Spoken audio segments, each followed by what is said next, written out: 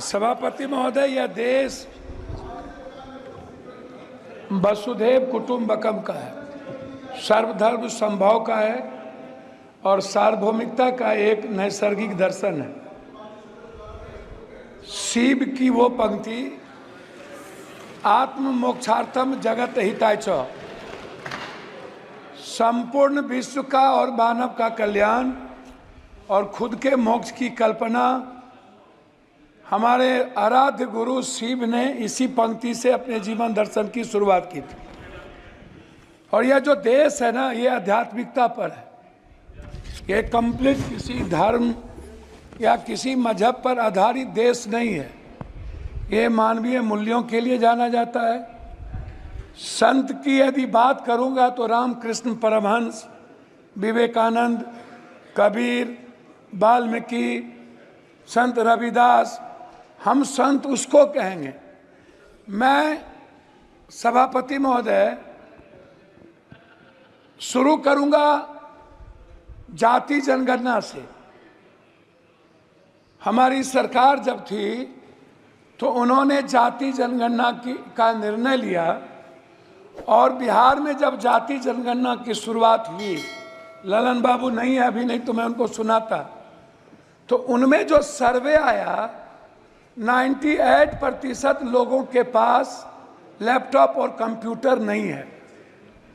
96% लोगों के पास व्हीकल नहीं है और जो व्हीकल है वो EMI पर है।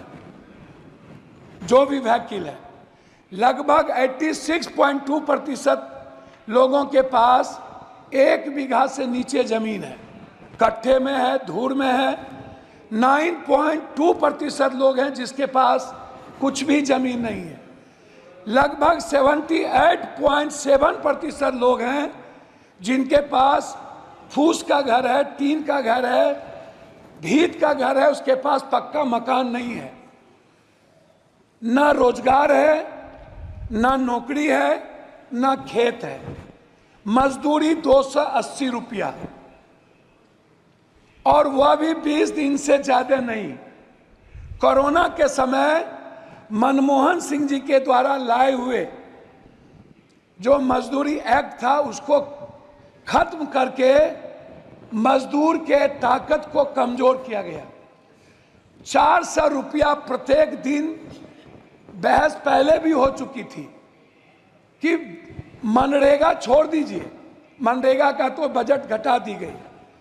मेरा सवाल सीधा था कि प्रधानमंत्री जी आपके यशस्वी हैं, वर्ड इनको फॉलो करते हैं, तो फिर कांग्रेस चालीसा और नेहरू, इंदिरा और राहुल चालीसा बंद करिए ना और अपने प्रति ईमानदार बनिए ना।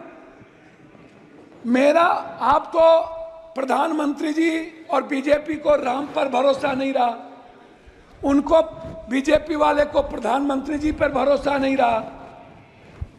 इन लोगों ने गठबंधन की राजनीति की और जब गठबंधन के राजनीति पर भी भरोसा नहीं रहा तो प्रधानमंत्री जी ने जेवर, भैंस, बैल से लेकर मुजरा तक की बात, पूरे चुनाव में एक बार भी हिंदुस्तान के संविधान की, हिंदुस्तान के गरीबों की, वर्ल्ड के सबसे ज्यादा गरीब देश, पर कैपिटा इनकम 6000 रुपया, उससे ज्यादा हिंदुस्तान में लगभग 87% लोगों का जो IFA है वो है पर कैपिटा 6000।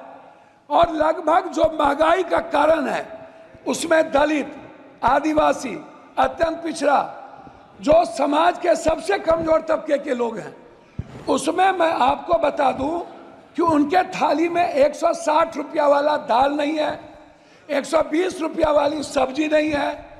प्रधानमंत्री जी यदि इतने सशक्त हैं तो मैं यह जरूर जानना चाहूंगा कि 84 करोड़ लोगों को 5 किलो अरवा चावल आज भी टैक्स के पैसे से क्यों देना पड़ता है? मैं सर मुझे बोलने, अब 7-8 मिनट 6 बार के मेरा रिक्वेस्ट है, मैं उस पर कहना चाहूंगा, मेरा रिक्वेस्ट है, जाति जनगणना पूरे देश में डबल इंजन की सरकार है। यदि आप ओबीसी से नफरत मत करिए, दलितों से आप दूर मत होइए। मेरा रिक्वेस्ट है, बिहार का विशेष राज किसी भी परिस्थिति में, जो आपने पहली बार गांधी मैदान में कही थी और आरा की सभा में कही थी कि हम बिहार को अपना बनाएंगे, मेरा है, और बिहार को हर परिस्थिति में विशेष राज्य का दर्जा देंगे और विशेष पैकेज देंगे मिथिला, कोसी, सीमांचल और मगध को, हाई डैम के लिए, वहां के मक्का और मखान पर आधारित किसान के लिए, उस इलाके से बाढ़ की मुक्ति के लिए, उस इलाके के इंफ्रास्ट्रक्चर के लिए। लेकिन अभी तक उस पर कोई चर्चा नहीं हुई। आंगनबाड़ी की बहनों की स्थिति आप देखिए, आप ममता की स्थिति देखिए। जी आपका सर, मैं वही पॉइंट पर तो बोल रहा हूँ सर, हमको 3 मिनट दीजिए सर। ममता, आशा, मैं वही कह रहा हूँ सर। रसोईया, सर पॉइंट वाइज बात कर रहा हूँ सर। मेरा आप कंक्लूड कीजिएगा सर, कंक्लूड 3 मिनट दीजिए ना सर, तब फिर बोल के क्या फायदा होगा। सर मेरा रिक्वेस्ट क्या है, मेरा रिक्वेस्ट है, आपका रिक्वेस्ट बताइए फाइनली कि बिहार में जो मैं आंगनबाड़ी की किसकी बात कर रहा हूं सर, एक भी जगह दलित और आदिवासी के में ओटीएफ नहीं है। आप चल के जांच कर लीजिए। जनरल योजना लगभग बर्बाद हो चुका है सर।